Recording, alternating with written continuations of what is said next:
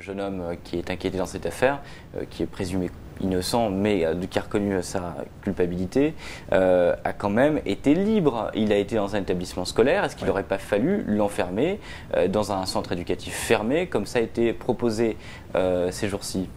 Alors, depuis quelques heures, on parle tout le temps de centres éducatifs fermés. Les centres éducatifs fermés, c'est quoi? Ce sont des structures éducatives renforcées, on va dire, qui ne sont pas vraiment fermées, qui sont fermées juridiquement, c'est-à-dire que si on s'en évade, si j'ose dire, si on en fugue, on peut être placé en détention provisoire. Bon, il y a un éducateur à peu près par jeune dans ce genre d'établissement, et on y accueille surtout des jeunes en rupture de banc, c'est-à-dire des jeunes qui sont déscolarisés, qui sont là pour braquage, pour trafic de stupéfiants. Donc c'est de la délinquance, c'est de la délinquance endurcie, avec des casiers judiciaires qui sont déjà bien fournis. Avec un contexte familial complexe. Des gens qui n'ont pas de soutien familial, alors que s'agissant de ce jeune, on parle d'un jeune qui a des bons résultats scolaires, qui a un soutien familial. Ça ne veut absolument pas dire que ce qu'il est accusé d'avoir fait n'est pas grave, hein, qu'on soit bien d'accord, parce que c'est assez pénible d'ailleurs de devoir dire cela. On est toujours classé du côté des assassins dès qu'on essaie de comprendre ce qui se passe. Ça veut juste dire que le mettre dans un centre éducatif fermé n'aurait pas eu de sens. Peut-être aurait-il fugué, peut-être s'en serait-il pris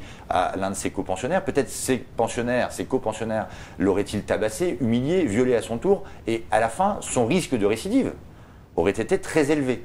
Donc c'est une autre idée qui a été poursuivie, et évidemment, aujourd'hui on dit ça n'a pas fonctionné, d'accord, mais qui pouvait le prévoir? Moi j'aimerais qu'on me dise, j'aimerais que ceux qui donnent des leçons aujourd'hui me disent comment on fait dans ces cas-là. Ceux qui ont des boules de cristal apparemment, moi je suis preneur. Est-ce que l'établissement scolaire aurait pu être informé? Est-ce que les proviseurs, les chefs d'établissement doivent savoir, peuvent-ils savoir si des jeunes sont effectivement en suivi judiciaire, s'ils sont inquiétés dans des dossiers, etc.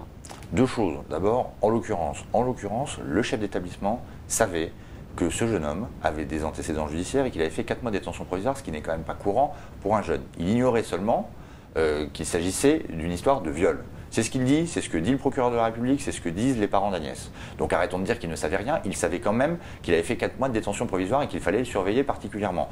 Je vois qu'on essaie de se défausser aujourd'hui, mais c'est quand même ça la réalité. Après, fallait-il qu'il sache qu'il s'agissait d'un viol?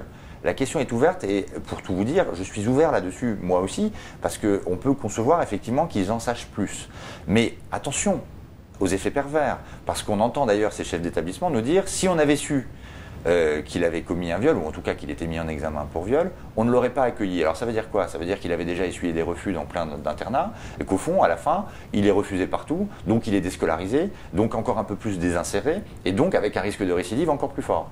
Oui, mais où est-ce qu'on place le curseur à un moment donné? Sur la sécurité de la société ou sur la liberté des individus? C'est pas l'un ou l'autre, je suis désolé de le dire, c'est pas l'un ou l'autre. Ça, c'est, si vous voulez, ce choix qu'on nous demande de faire depuis des années est un faux choix. On n'a pas à choisir entre la sécurité et la liberté. En ce qui me concerne, je tiens à ma liberté et à ma sécurité. Désolé, je n'ai pas à choisir. Et ceux qui nous disent l'inverse, en réalité, ne font progresser ni l'un ni l'autre. Ils font régresser nos libertés et ils n'améliorent pas notre sécurité, puisqu'aujourd'hui, on nous dit que le sentiment d'insécurité est le même qu'il y a 10 ans et qu'il faut voter de nouveaux textes parce qu'en réalité, rien n'a changé. Vous vous placez en refus par rapport aux propositions du gouvernement. Absolument. Vous émettez des nuances quand même par rapport aux propositions sur les centres éducatifs fermés. Vous dites que ça n'est pas adapté. Et ça n'est pas la panacée universelle. Mais en tout cas, pour l'information des établissements, vous dites que vous êtes prêt à en discuter.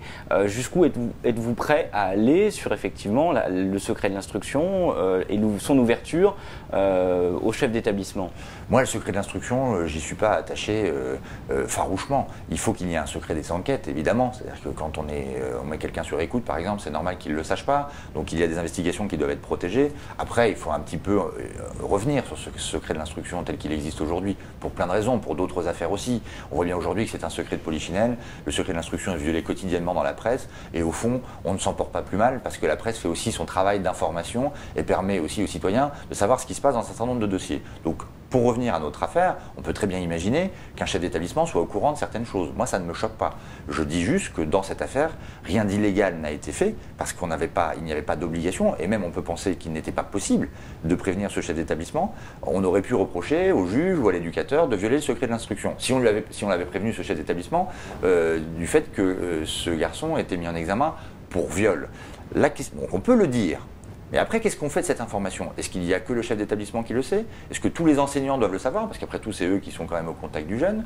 Est-ce que du coup, il n'y a pas un risque que tous les élèves le sachent et que ce jeune se balade avec une étiquette de violeur sur la tête, ce qui fait qu'en gros, ça va mettre en échec sa scolarité et ça va le renvoyer à la rue, quoi, hein. C'est-à-dire que ça va le déscolariser et le désocialiser un petit peu plus. Vous voyez, moi, je ne suis pas en train d'essayer de faire une faveur à ce jeune garçon, c'est pas le sujet. Moi, mon sujet, c'est comment faire en sorte qu'il ne recommence pas, comment du moins essayer de faire en sorte qu'il ne recommence pas.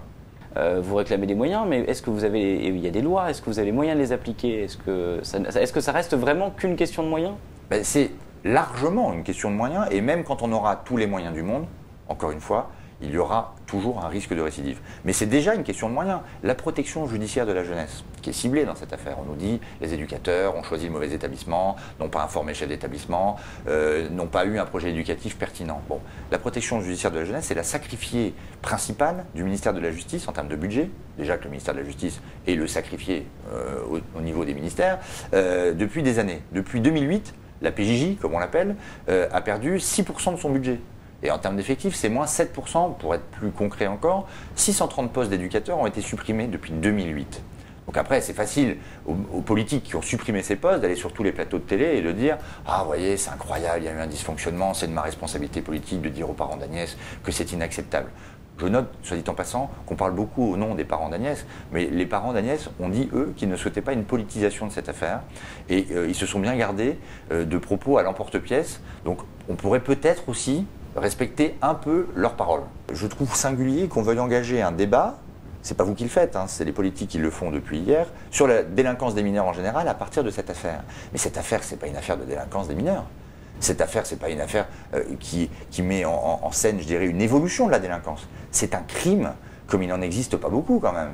Des meurtres entre mineurs, vous en avez un ou deux par an, et de cette nature-là, vous en avez un tous les 5 ans ou peut-être tous les 10 ans. Heureusement qu'il n'y en a pas plus. On se sert de ce cas pour vendre une idéologie particulière qui est il faut réformer la justice des mineurs pour mettre tous ces mineurs dans des centres éducatifs fermés, voire en prison, et dire d'ailleurs, j'entends déjà ça, qu'il va falloir abaisser la majorité pénale à 16 ans parce que les mineurs ne sont plus des mineurs. Et pourquoi ils ne seraient plus des mineurs? Les arguments, et notamment du chef de l'État en personne, c'est de dire ah oui mais maintenant ils sont grands comme ça, ils sont costauds, vous vous rendez compte à 17 ans quand même, comme si le fait d'être grand et costaud à 17 ans faisait de vous quelqu'un de mature. Avant 18 ans, eh bien on est encore en phase de maturation. Ça ne veut pas dire que c'est pas grave si on fait quelque chose de grave.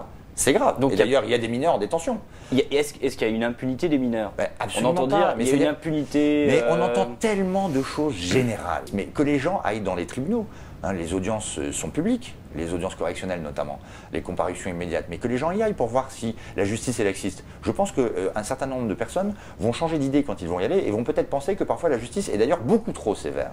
Merci beaucoup Mathieu Bonduel d'avoir répondu à nos questions pour francesoir.fr et à bientôt. Donc on va suivre vos actualités pour le syndicat de la magistrature et puis on va pouvoir également voir quelles vont être les avancées légales ou pas qui vont faire suite à l'affaire de la petite Agnès au Chambon-sur-Lignon. Merci à tous et à bientôt.